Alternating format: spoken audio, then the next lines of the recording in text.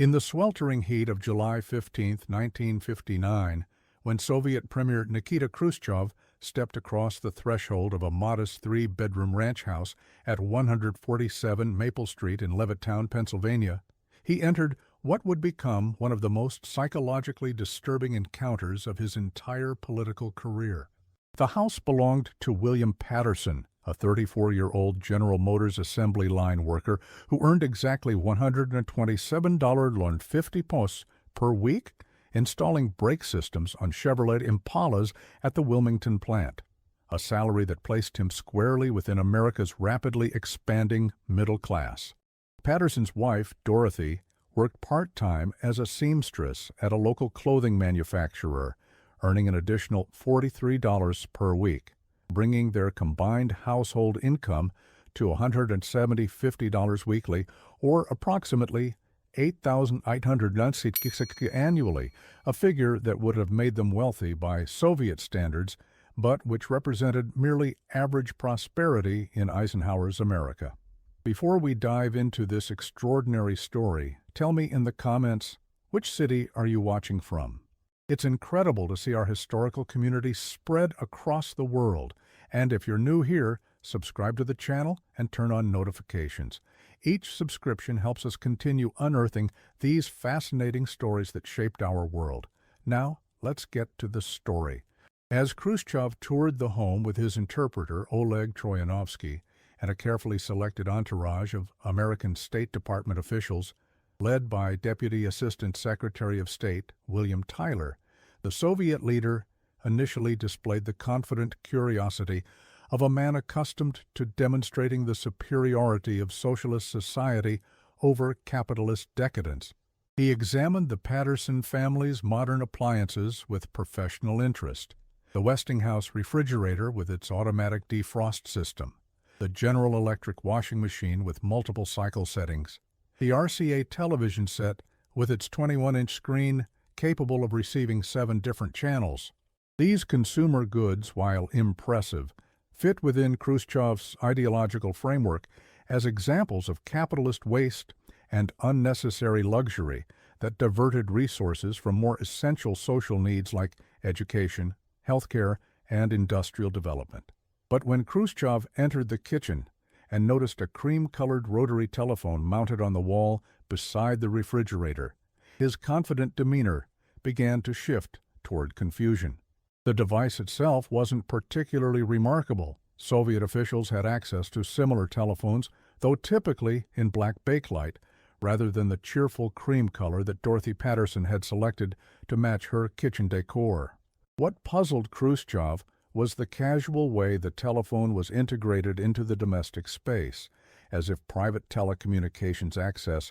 was so routine that American families could afford to consider aesthetic preferences when selecting their equipment. His confusion deepened dramatically when Troyanovsky guided him into the master bedroom, where a second, identical telephone sat on the nightstand between twin beds covered with matching floral bedspreads. Khrushchev stopped abruptly, staring at the device with an expression that Tyler later described in his classified debriefing report as profound bewilderment mixed with growing indignation. Through Troyanovsky, Khrushchev demanded an explanation. Why would a single household require multiple telephones? Was this some kind of elaborate deception designed to impress foreign visitors? William Patterson, speaking through Troyanovsky with the patient tone of a man accustomed to explaining obvious realities to confused visitors, calmly demonstrated how the bedroom telephone enabled private conversations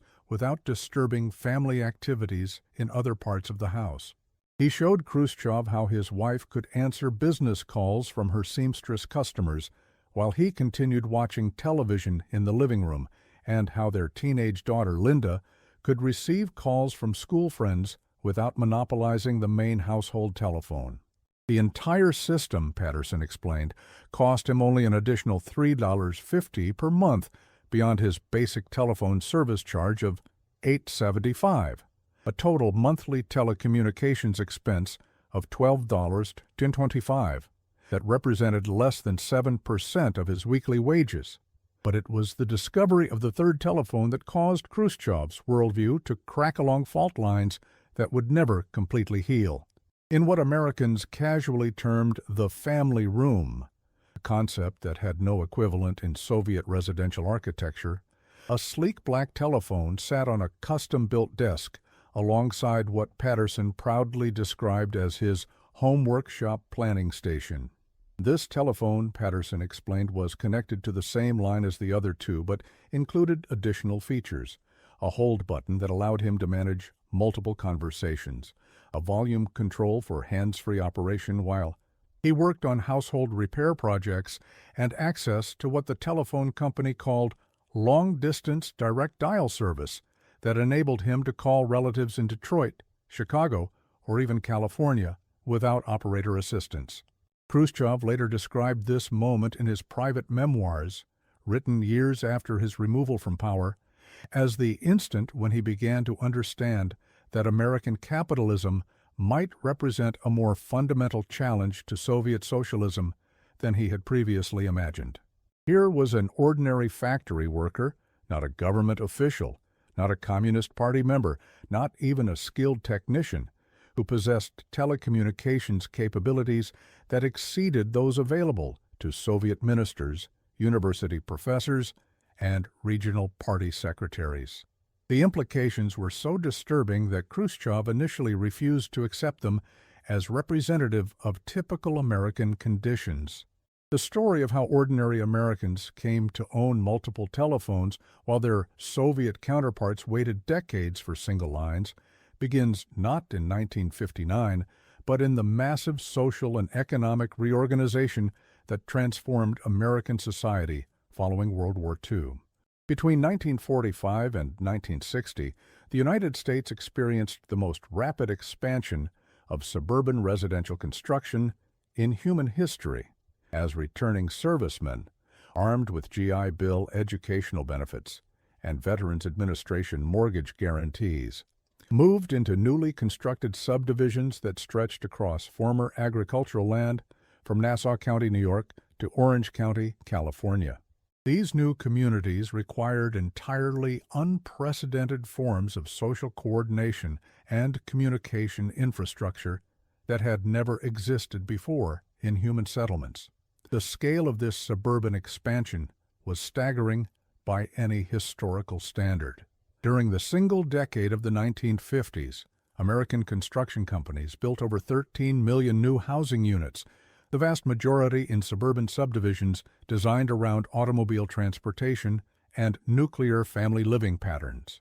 Each of these homes was constructed with multiple electrical outlets, modern plumbing systems, and increasingly sophisticated telecommunications infrastructure that reflected the growing complexity of American domestic life. By 1960, the typical suburban home included pre-wired telephone outlets in the kitchen, master bedroom, and family room, with additional outlets available in children's bedrooms and home offices for families who requested them. American Telephone and Telegraph Company, the regulated monopoly that controlled virtually all telecommunications in the United States, recognized that this suburban expansion represented the largest market opportunity in the company's 75-year history. Unlike the cramped urban apartment buildings that had characterized earlier American residential patterns, suburban homes offered the physical space and family privacy that made multiple telephone extensions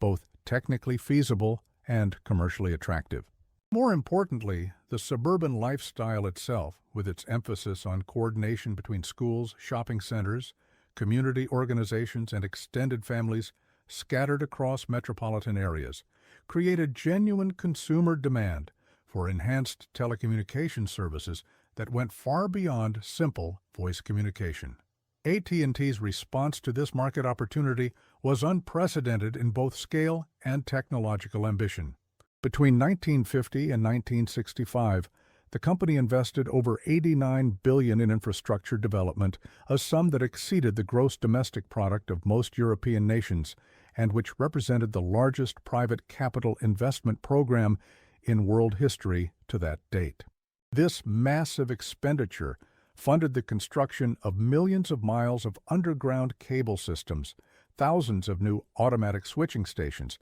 and the development of revolutionary new technologies that made multiple residential phones both technically reliable and economically affordable for middle-class American families. The technological foundation for this expansion was the automatic switching system that AT&T had been developing since the 1920s, but which reached full operational maturity during the 1950s. Unlike the manual switchboard systems that required human operators to physically connect each call by inserting plugs into switching panels, automatic switching used sophisticated electromechanical relay systems that could handle thousands of simultaneous connections without human intervention. This automation dramatically reduced the operational costs of providing telephone service while simultaneously improving connection reliability, call quality, and system capacity. By 1955, virtually every telephone exchange in the United States operated on automatic switching technology, giving American households access to instant, reliable telecommunications that surpass the capabilities available to government officials in most other countries around the world. The business model that supported this infrastructure development represented a fundamental departure from how telecommunications was organized in virtually every other nation on Earth during the Cold War period. AT&T operated as a regulated private monopoly under the oversight of state public utility commissions and the Federal Communications Commission. But the company's profits were directly tied to the volume and quality of service it provided, rather than to government appropriations or bureaucratic budget allocations. This created powerful economic incentives for the company to expand service as rapidly as possible, to develop new technologies that would increase customer usage and satisfaction, and to reduce operational costs through efficiency improvements that allowed even more customers to afford increasingly sophisticated telecommunications services. The contrast with Soviet telecommunications philosophy and practice could not have been more stark or ideologically significant. In the Soviet Union, telephone service was provided by the Ministry of Communications, a government agency that reported directly to the Communist Party's Central Committee and operated according to 5-year economic plans developed by the State Planning Committee in Moscow. These plans treated telecommunications as a cost center and administrative necessity rather than as a revenue-generating service or consumer benefit, with infrastructure investments competing against heavy industry, military production, space exploration, and other sectors that were considered more essential to socialist development and international prestige. The result was a telecommunications system that was perpetually underfunded, technologically stagnant, and completely unresponsive to consumer demand or user satisfaction. Soviet telecommunications planners allocated resources based on bureaucratic priorities and political considerations rather than on technical efficiency or service quality. Industrial facilities and government offices received priority access to telecommunications infrastructure, while residential service was treated as a luxury that ordinary citizens could wait decades to obtain. Even when residential telephone service was finally provided, it was typically shared among multiple families in communal apartment buildings, with usage schedules monitored and enforced by building supervisors who reported suspicious or excessive communications to state security services. By 1960, these fundamental differences in approach had produced telecommunications disparities that were both quantitatively staggering and qualitatively transformative for the societies they served. The United States, with a population of approximately 180 million people, had over 74 million telephone handsets in service, roughly one phone for every 2.4 Americans, with rapid growth toward the explicit policy goal of universal residential service that would provide every American family with affordable, reliable telecommunications access. Many American households already had multiple handsets connected to single telephone lines, and a growing number of suburban families were installing second telephone numbers to provide dedicated lines for teenage children or home-based business activities. The Soviet Union, with a population of 214 million people, had fewer than 3.2 million telephone handsets in service, approximately one phone for every 67 Soviet citizens, with waiting lists for residential service that extended for decades in major cities like Moscow and Leningrad, and no residential telephone availability at all in most smaller towns and rural areas. Even these limited statistics overstated Soviet telecommunications accessibility, since most residential phones were shared among multiple families, and since private telephone conversations were subject to monitoring and potential interruption by state security services, who treated unsupervised communications as potential threats to social order and political stability. The human impact of this disparity became most visible and psychologically challenging during the cultural exchange programs that both superpowers initiated during the late 1950s as part of their Cold War competition for international influence and ideological credibility. Small groups of carefully selected Soviet citizens were permitted to visit American communities under closely supervised conditions, while American delegations traveled to selected Soviet cities with equally careful oversight from their respective governments. These exchanges were intended to demonstrate each system's social achievements and technological capabilities,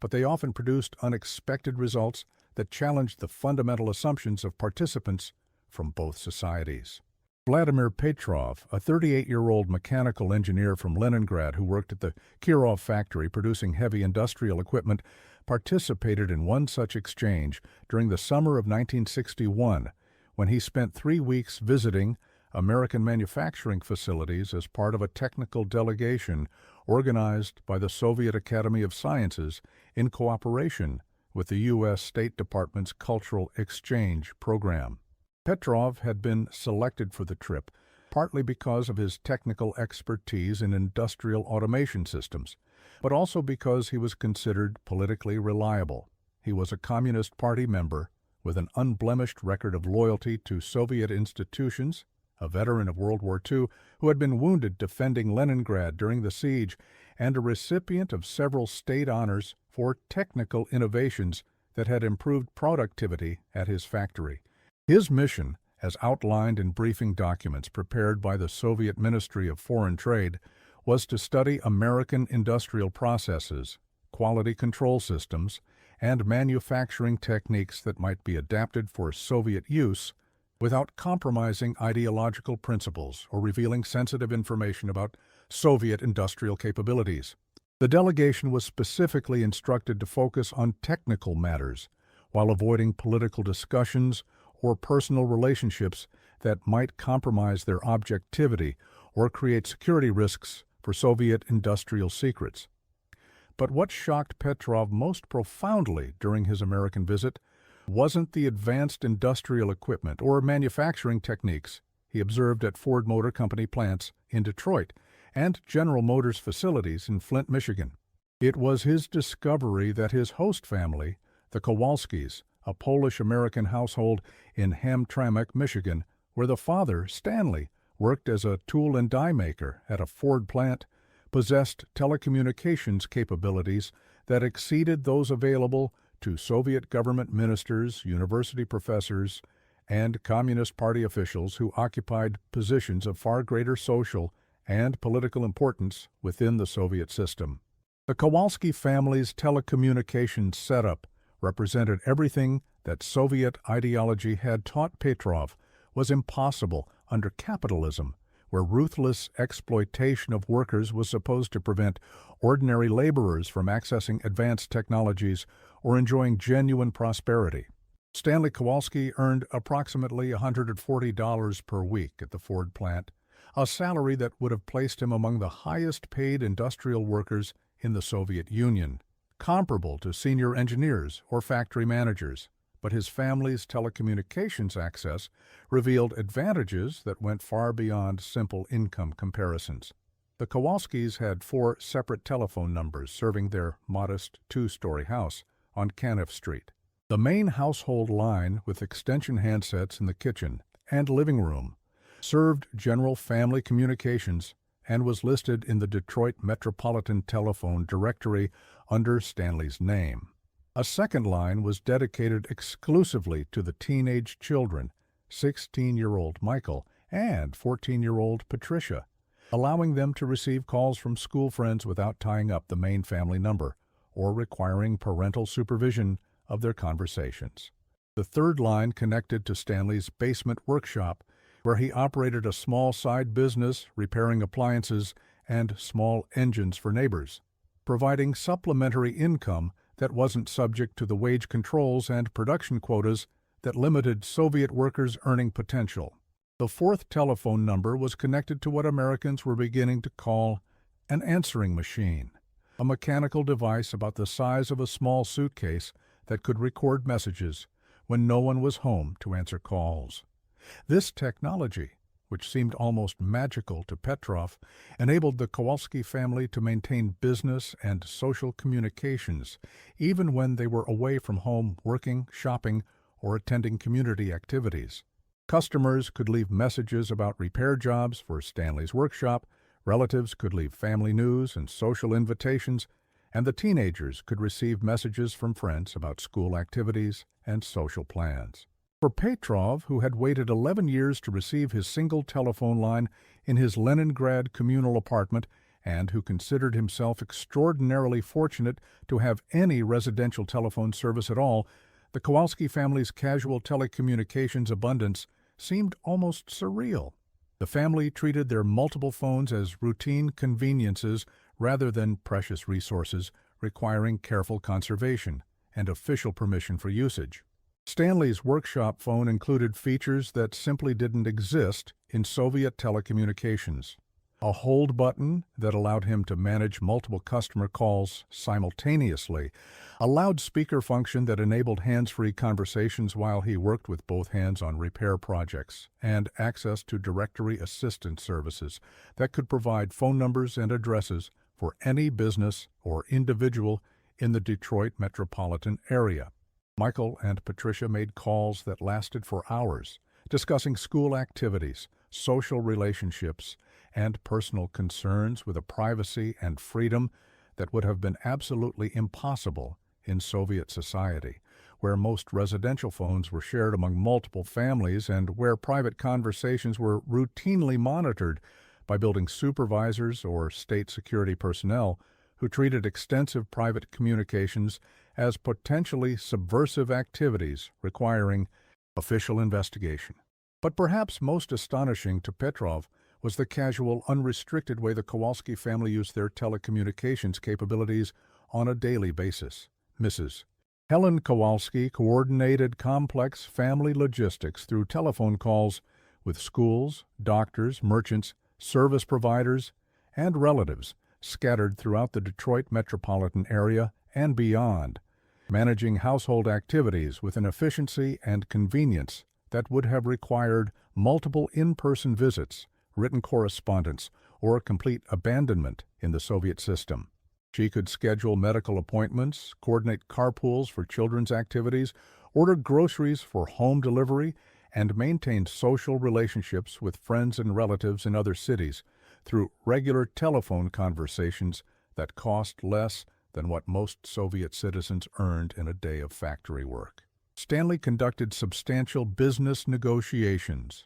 coordinated material deliveries, and maintained customer relationships entirely through telephone communications, building a secondary income stream that supplemented his factory wages and provided his family with economic security and consumer choices that were simply unavailable to Soviet workers regardless of their skills, productivity, or political loyalty. His workshop business was possible only because of telecommunications capabilities that allowed customers to contact him easily, suppliers to coordinate deliveries efficiently, and competitors to maintain the informal networks of cooperation and referral that characterized American small business culture. When Petrov returned to Leningrad after completing his 3-week American tour, his official report to the Soviet Academy of Sciences and the Ministry of Foreign Trade focused carefully on American manufacturing processes, quality control systems,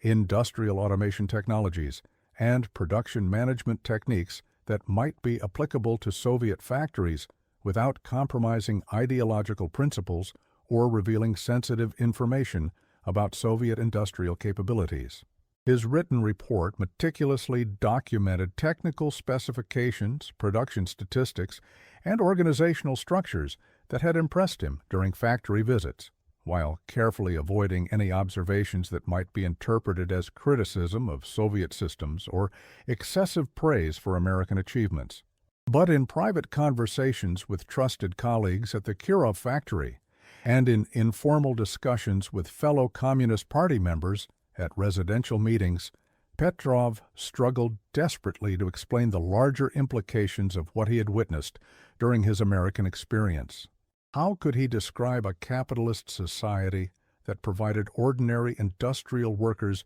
with telecommunications capabilities that exceeded what Soviet socialism could offer to its most privileged and politically reliable citizens? How could he convey the social and psychological impact of living in a society where private communications were routine, unrestricted, and technologically sophisticated rather than monitored, controlled, and primitive? The cognitive dissonance was profound and personally disturbing for a man who had devoted his entire adult life to building socialism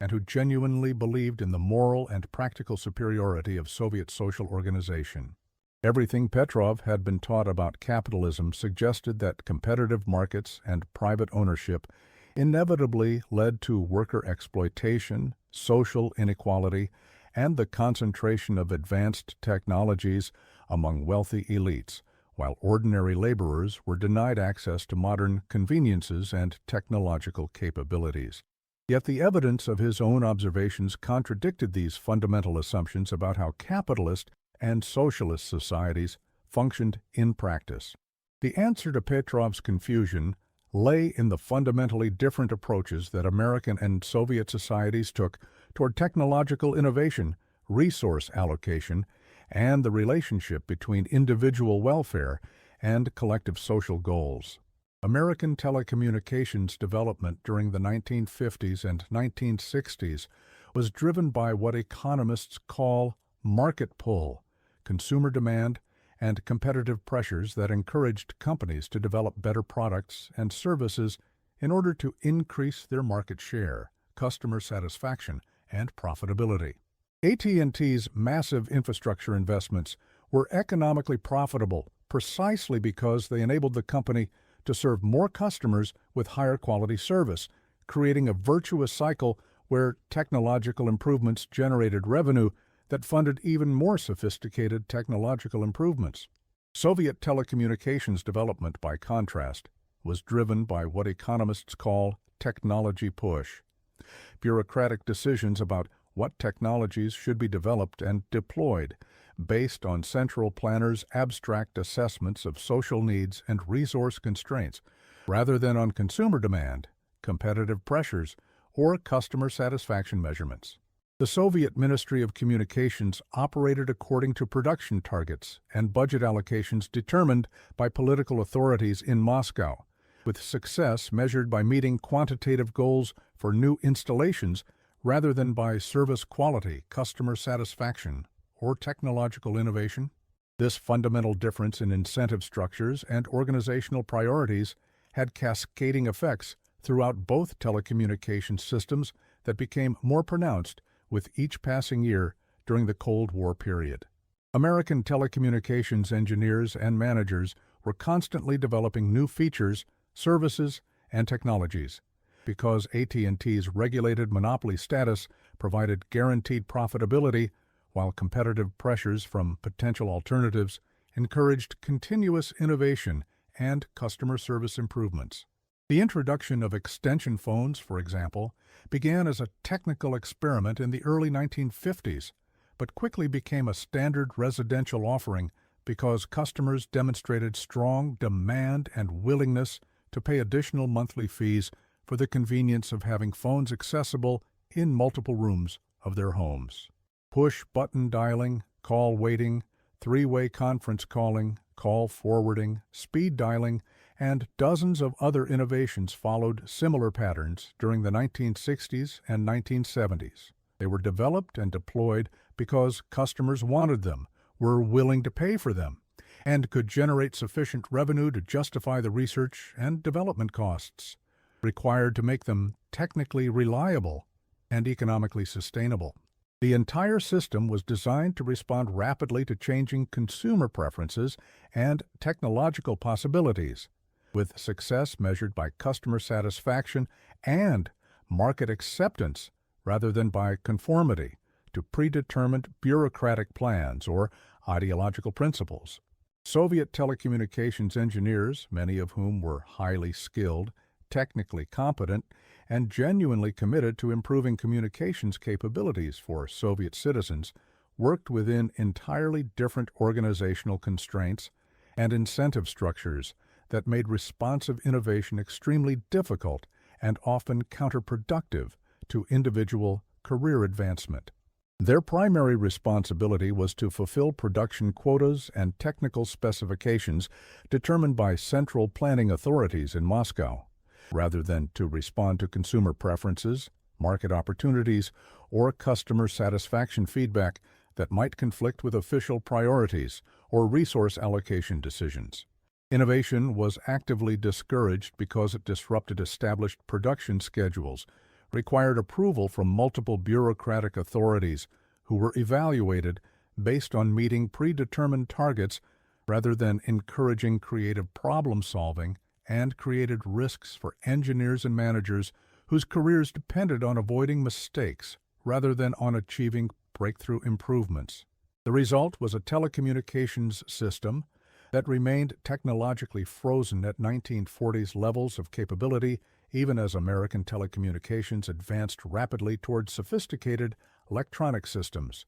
digital switching, and early computer networking technologies that would eventually evolve into the Internet. The social and cultural implications of these technological differences became increasingly profound and politically significant during the 1960s, as American suburban society developed entirely new forms of social organization, community coordination, and individual relationships that depended completely on reliable, affordable, sophisticated telecommunications infrastructure. The American concept of neighborhood expanded from a few blocks of adjacent houses to entire metropolitan areas connected by telephone networks that enabled coordination of activities, maintenance of relationships, and sharing of information across vast geographical distances that would have been impossible for previous generations. School districts coordinated activities among dozens of individual schools through telephone communications that enabled rapid distribution of information, coordination of transportation schedules, and management of educational programs that served hundreds of thousands of students across suburban areas larger than many European countries. Religious congregations maintained contact among members scattered across suburban communities that might encompass several hundred square miles, using telephone networks to coordinate worship services, community service projects, and social activities that created genuine religious communities despite geographical dispersion that would have made traditional parish structures impossible. Community organizations planned events, mobilized volunteers, and coordinated political activities through telephone networks that could reach hundreds or thousands of participants within hours of decision-making meetings, creating forms of democratic participation and civic engagement that were both more extensive and more responsive than the formal political structures available in most other societies. Parent-teacher associations, civic improvement groups, political campaigns, charitable organizations, and recreational clubs all depended on telecommunications capabilities that enabled rapid communication, efficient coordination, and flexible response to changing circumstances or emerging opportunities. Most significantly for the long-term social and political development of American society, family relationships were being fundamentally transformed by telecommunications technology that enabled new forms of intimacy, support, and connection across geographical distances that had previously made extended family relationships difficult or impossible to maintain. Adult children could maintain regular, intimate contact with elderly parents without living in the same neighborhoods or even the same cities, providing emotional support and practical assistance through daily telephone conversations that bridged generational and geographical separations. Extended families could coordinate holiday celebrations, share important news about births, deaths, marriages, and other significant life events, and provide mutual assistance during crises through regular telephone communications that created family networks spanning entire continents. The American concept of family was expanding from a geographically limited household to a geographically dispersed but emotionally connected network of relationships, maintained through telecommunications technology that made distance increasingly irrelevant to family intimacy and mutual support. Soviet society had no equivalent to these telecommunications-enabled social networks, and indeed, Soviet ideology explicitly discouraged the development of private social relationships that might compete with official institutions or create alternative sources of information and emotional support. Soviet families were typically compressed into multi-generational households, sharing small urban apartments, not because of cultural preferences or traditional values, but because of chronic housing shortages and the absence of transportation and communications infrastructure that would have enabled alternative living arrangements or dispersed family networks. Community organizations were controlled by Communist Party structures that operated through face-to-face meetings and written communications distributed through official channels rather than through informal telephone networks that might enable unsupervised coordination or spontaneous political activities. Social relationships were limited by geographical proximity and official institutional channels,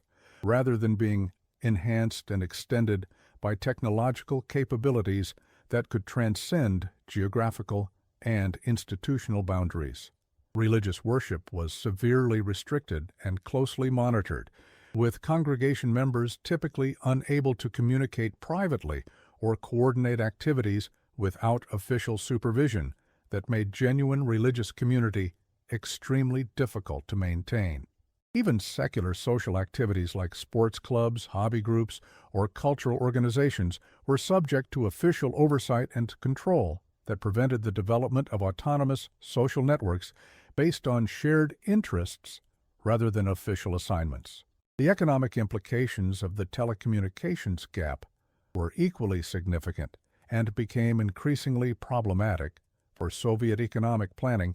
as the 1960s progressed and the Soviet economy became more complex, geographically dispersed, and dependent on coordination between different sectors and regions. American businesses were developing new forms of organization and coordination that depended entirely on sophisticated telecommunications capabilities that enabled real-time communication, rapid decision-making, and flexible response to changing market conditions. Regional and national companies could manage operations across vast distances through telephone communications that enabled instant coordination of production schedules, inventory management, customer service, and financial operations. Corporate headquarters could maintain detailed oversight and control of subsidiary operations located thousands of miles away, while local managers could respond rapidly to local conditions and opportunities without losing connection to overall corporate strategy and resource allocation decisions. Small businesses could serve customers throughout metropolitan areas and even across state or regional boundaries through telephone communications that reduce the importance of geographical location for business success. Professional services, accounting, legal, medical, and technical consulting could be provided to clients without face-to-face meetings through telephone communications that expanded market reach, improved service efficiency, and reduced overhead costs that allowed competitive pricing and improved profitability. Manufacturing companies could coordinate complex supply chains involving hundreds of suppliers and customers located across multiple states or countries, using telephone communications to manage just-in-time delivery schedules, quality control procedures, and production planning that maximized efficiency while minimizing inventory costs and storage requirements. Financial institutions could coordinate transactions and manage risk across global markets through telecommunications networks that enabled instant information sharing and rapid response to changing economic conditions. Soviet economic planning, by contrast, was increasingly hampered by communications limitations that made coordination between different parts of the massive, centrally controlled economy extremely difficult as the system became more complex and geographically dispersed. Factory managers often couldn't communicate efficiently with suppliers located in other cities or republics, leading to production delays, quality problems, and resource waste that undermined overall economic performance. Research institutions couldn't collaborate effectively on technical projects that required coordination between multiple organizations, universities, and industrial facilities, slowing technological development and preventing the kinds of breakthrough innovations that were driving American economic growth. Government ministries struggled to monitor and coordinate the implementation of economic plans across the vast Soviet territory with its 11 time zones, dozens of different languages and cultures, and extreme variations in climate, geography, and resource availability. These coordination problems became particularly acute during the 1960s space race, when both superpowers were competing to demonstrate technological superiority and national prestige through their space exploration programs. While the Soviet Union achieved spectacular early successes with Sputnik, lunar probes, and Yuri Gagarin's historic first human spaceflight, American observers noted that Soviet space achievements required enormous concentrations of resources and personnel at single locations, while American space efforts were coordinated across multiple sites through sophisticated telecommunications networks that enabled much more distributed, flexible, and cost-effective operations. The Apollo program, for example, relied on real-time communications links between Mission Control in Houston, the Kennedy Space Center in Florida, tracking stations located around the world, spacecraft in flight, and hundreds of contractors and suppliers scattered across all 50 states. This level of coordination would have been completely impossible without the telecommunications infrastructure that AT&T had developed for civilian use, but which proved equally valuable for military, scientific, and government applications requiring rapid, reliable, high-quality communications across vast distances. The same technologies that enabled American families to have multiple residential phones, teenagers to maintain social networks across metropolitan areas, and businesses to coordinate operations across continental distances were enabling NASA to coordinate the most complex and ambitious technological project in human history. The integration of civilian and specialized telecommunications capabilities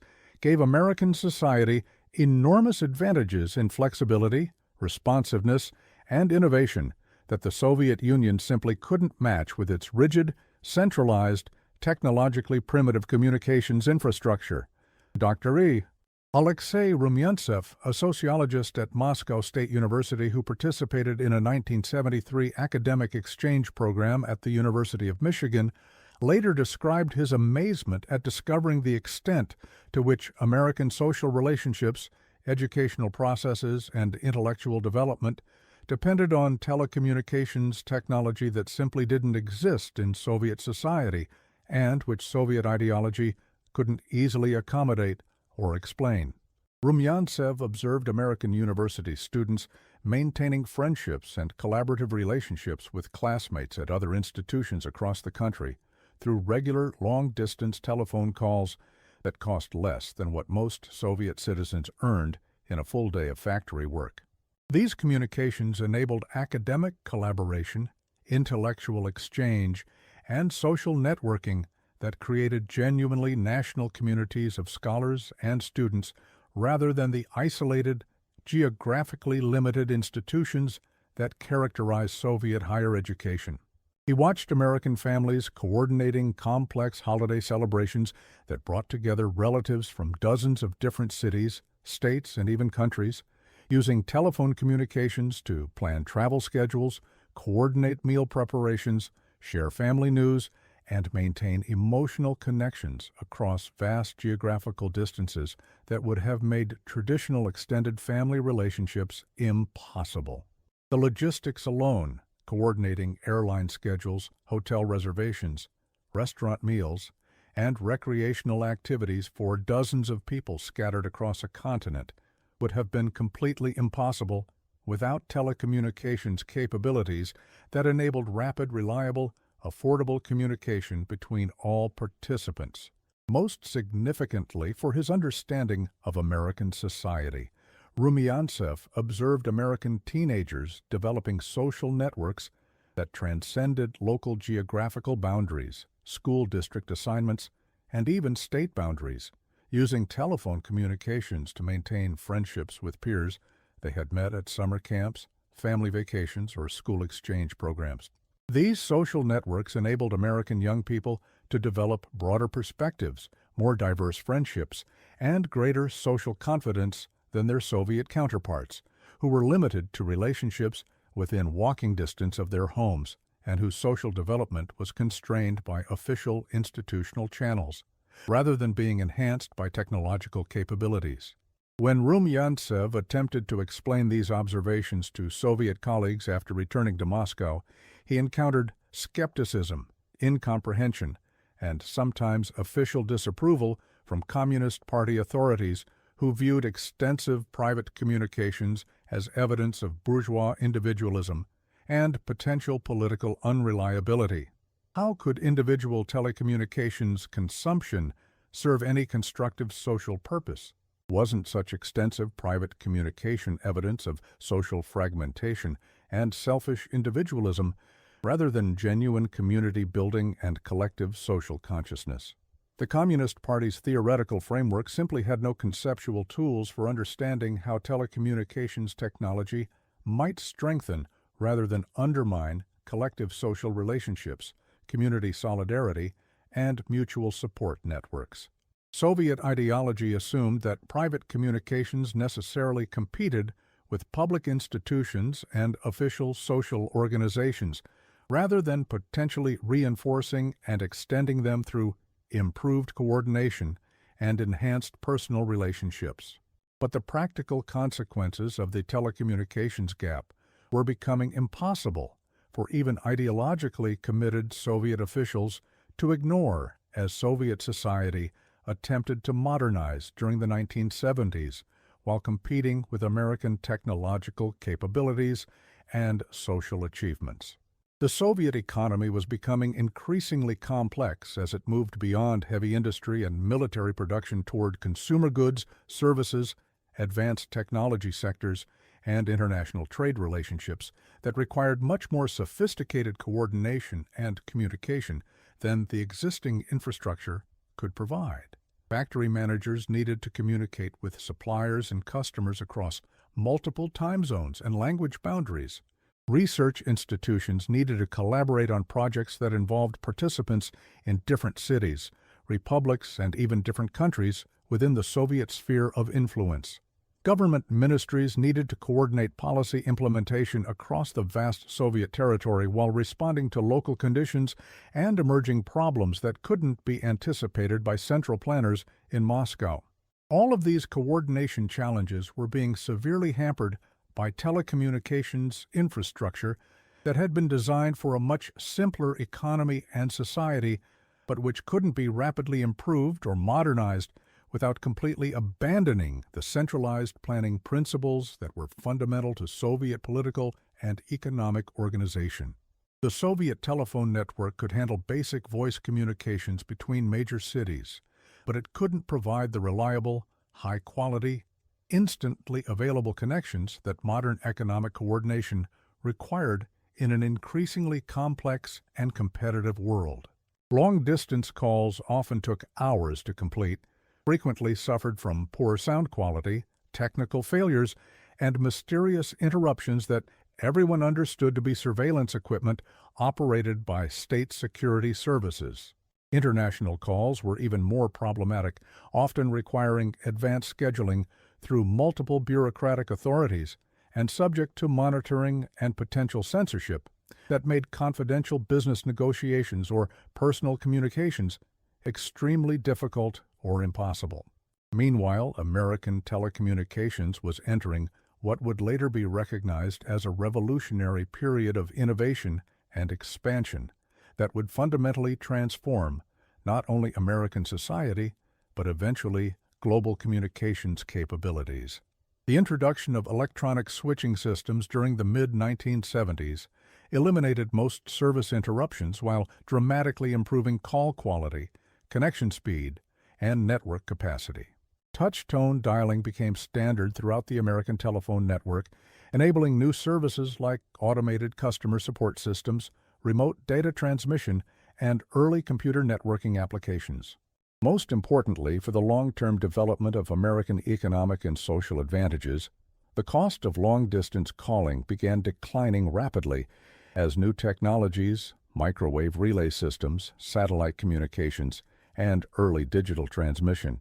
made it possible to handle much larger volumes of calls without proportional increases in infrastructure investment or operational costs. The economic barriers to maintaining relationships and coordinating activities across vast distances were disappearing, making geographical location increasingly irrelevant to social relationships, business operations, and intellectual collaboration. The result was an explosion in American telecommunications usage that created entirely new forms of social and economic organization with implications that extended far beyond simple communication convenience. American businesses began developing truly national and international operations that depended on real-time telephone communications for coordination and control, rather than being limited to regional markets by transportation and communication constraints. Professional services expanded their market reach by serving clients in distant cities through telephone consultations and project coordination, creating national markets for legal, accounting, medical, and technical expertise. Educational institutions developed long-distance learning programs and collaborative research projects that connected students and faculty across continental distances. Cultural and recreational organizations created national networks of members who maintained contact and coordinated activities through regular telephone communications. American families maintained closer relationships with distant relatives through regular long-distance calls that were becoming increasingly affordable and convenient, strengthening extended family networks rather than allowing geographical separation to weaken family bonds. Most significantly, American young people were developing social networks, romantic relationships, and intellectual collaborations that transcended geographical boundaries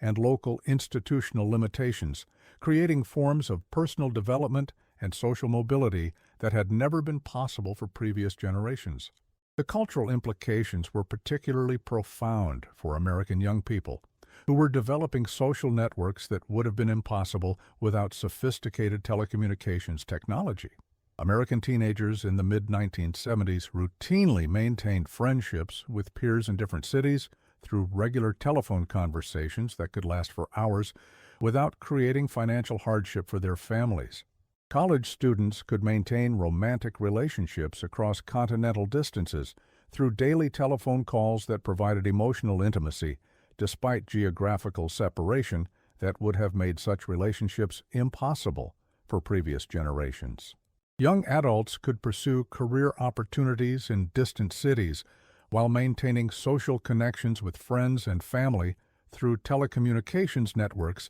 that made geographical mobility much less socially disruptive and personally isolating. Professional networks, social relationships, and intellectual collaborations could be maintained and developed across vast distances, creating opportunities for personal and professional development that weren't constrained by local limitations or regional boundaries. Soviet young people, by contrast, had no access to similar telecommunications capabilities and therefore developed entirely different social patterns, expectations, and life trajectories that were fundamentally constrained by geographical and institutional limitations that American young people were increasingly able to transcend through technological capabilities. Soviet teenagers were limited to relationships within walking distance of their homes, with social networks that rarely extended beyond their immediate neighborhoods, school districts,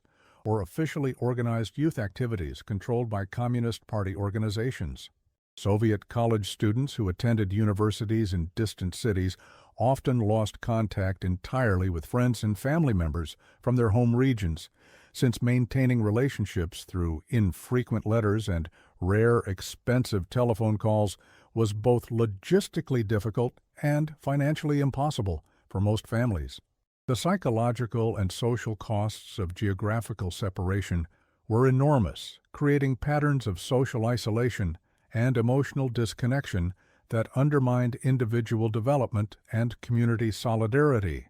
despite official ideological commitments to collective social relationships. Soviet young adults who accepted job assignments in remote locations, which was often mandatory rather than voluntary under the centralized employment allocation system, frequently became completely isolated from their previous social networks, professional relationships, and family connections. The absence of telecommunications capabilities that could maintain relationships across geographical distances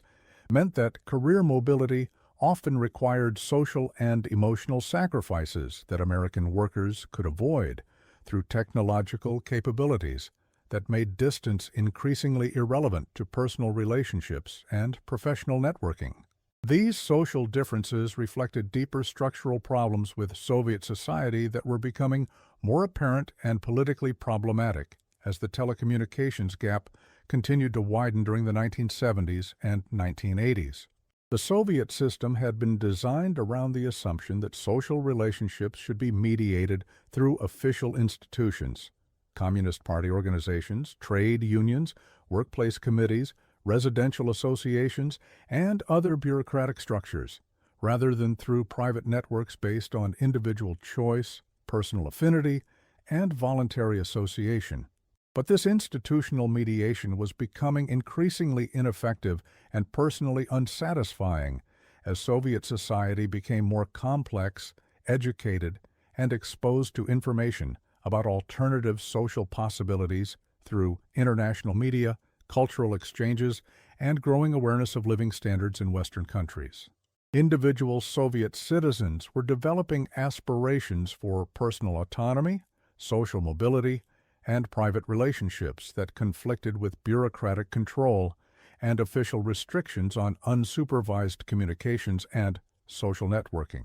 The telecommunications gap also revealed fundamental problems with Soviet economic planning that were becoming impossible to solve within the existing ideological and organizational framework. Central planning required accurate, timely information about production capabilities, resource availability, consumer demand, and international market conditions across the entire Soviet economy, which encompassed 1/6 of the world's land surface, 11 time zones, dozens of languages and cultures, and extreme variations in climate, geography, and natural resources. Gathering and processing this information was becoming increasingly difficult without sophisticated communications infrastructure that could handle the massive data flows required for effective economic coordination in an increasingly complex and internationally competitive economy. The manual switching systems, primitive long-distance capabilities,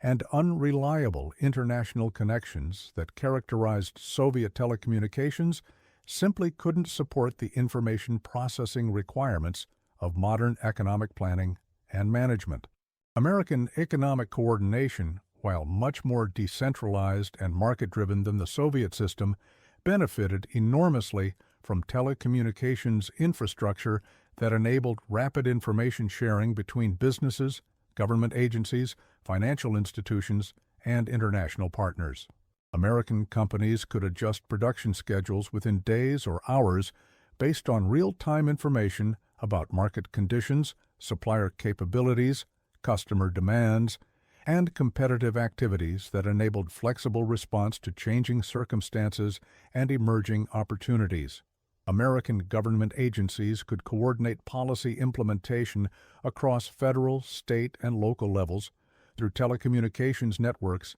that provided instant communication between Washington, D.C. and government offices throughout the country and internationally. Financial markets could operate with unprecedented efficiency and global reach through telecommunications networks that enabled instant information sharing and rapid transaction processing across international boundaries and time zones. The strategic implications of the telecommunications gap became acute and politically decisive during the late 1970s and early 1980s, as both superpowers became involved in complex international crises that required sophisticated coordination between military, diplomatic, intelligence, and economic agencies operating across multiple continents and time zones simultaneously. The Iranian Revolution of 1979 and the subsequent hostage crisis demonstrated how telecommunications capabilities could provide decisive advantages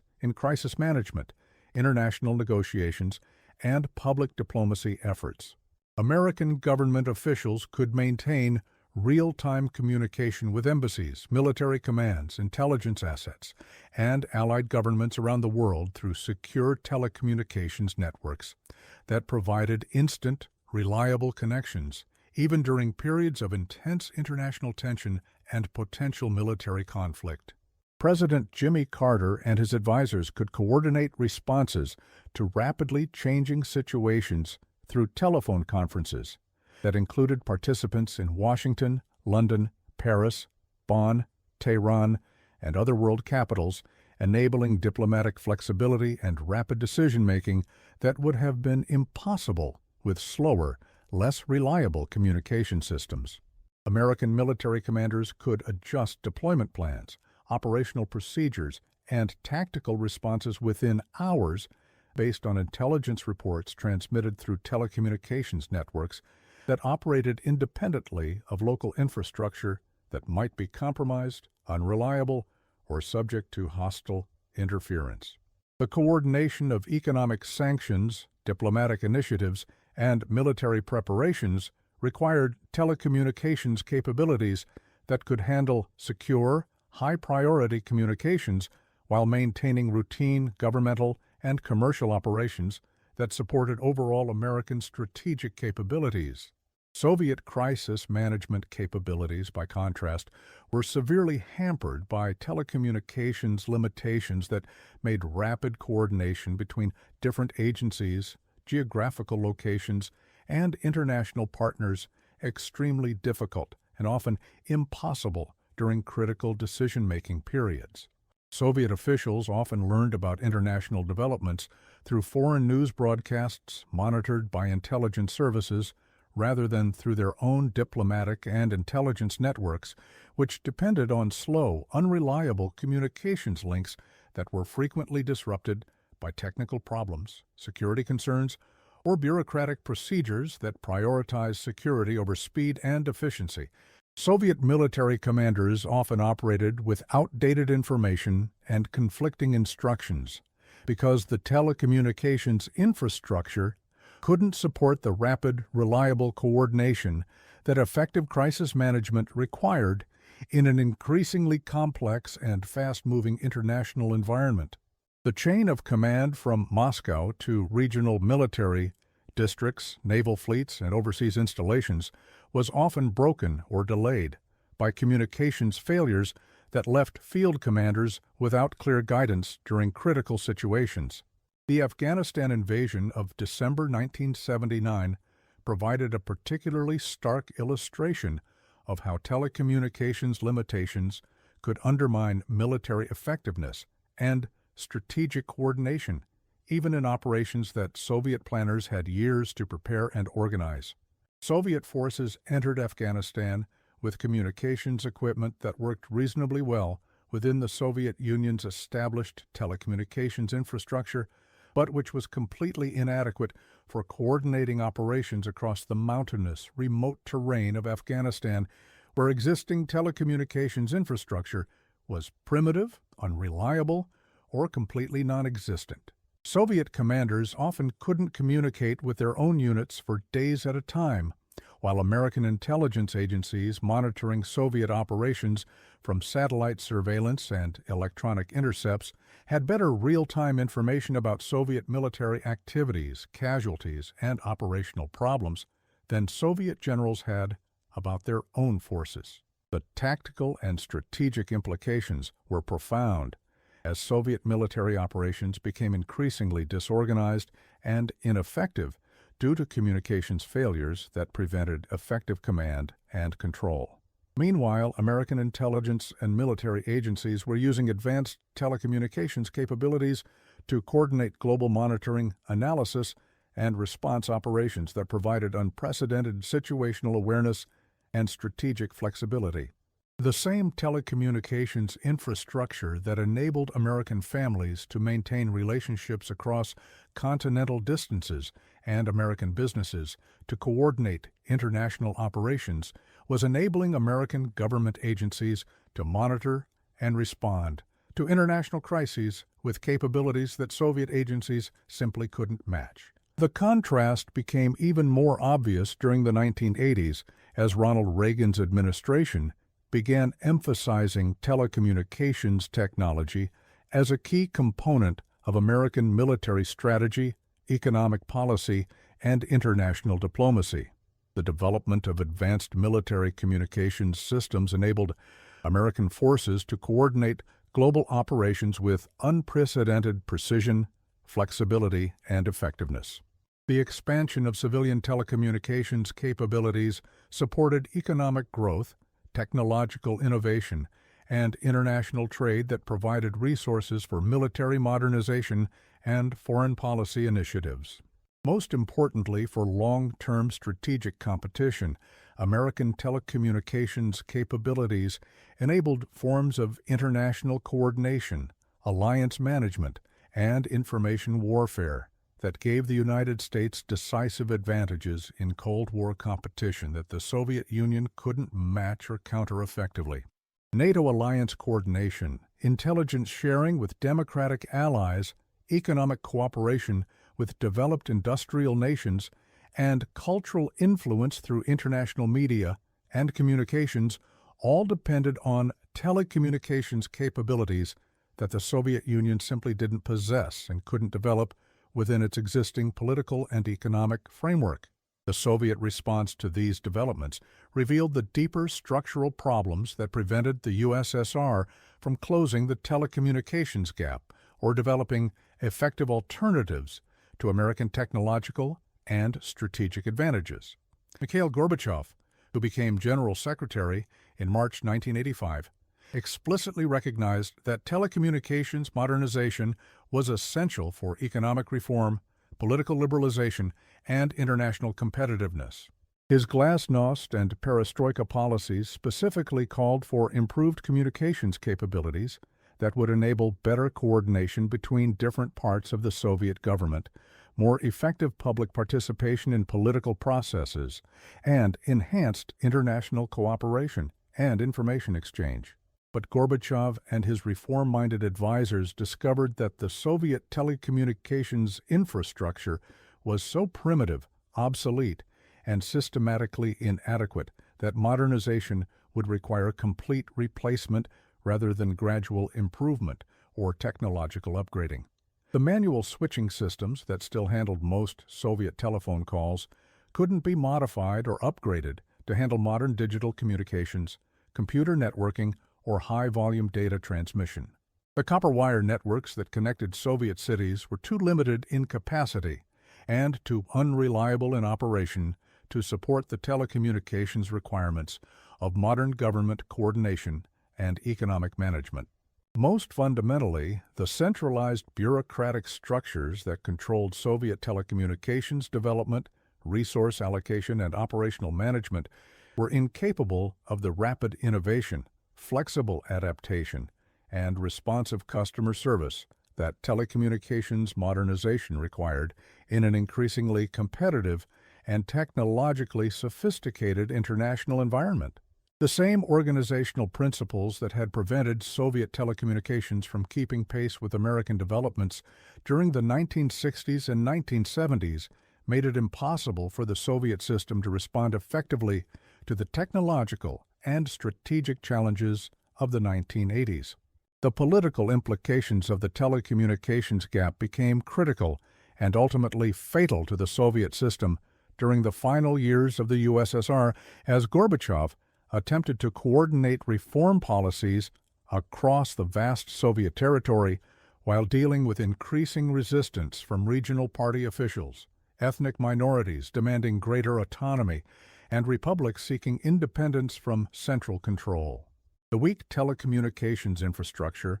made it extremely difficult for the central government in Moscow to maintain effective oversight of regional developments, coordinate responses to emerging crises, or communicate reform policies to local officials and ordinary citizens who were increasingly skeptical of central authority. Regional party officials could easily ignore, delay, or sabotage implementation of reform policies when communications between Moscow and remote provinces remained slow, unreliable, and subject to local control by officials who opposed political and economic liberalization.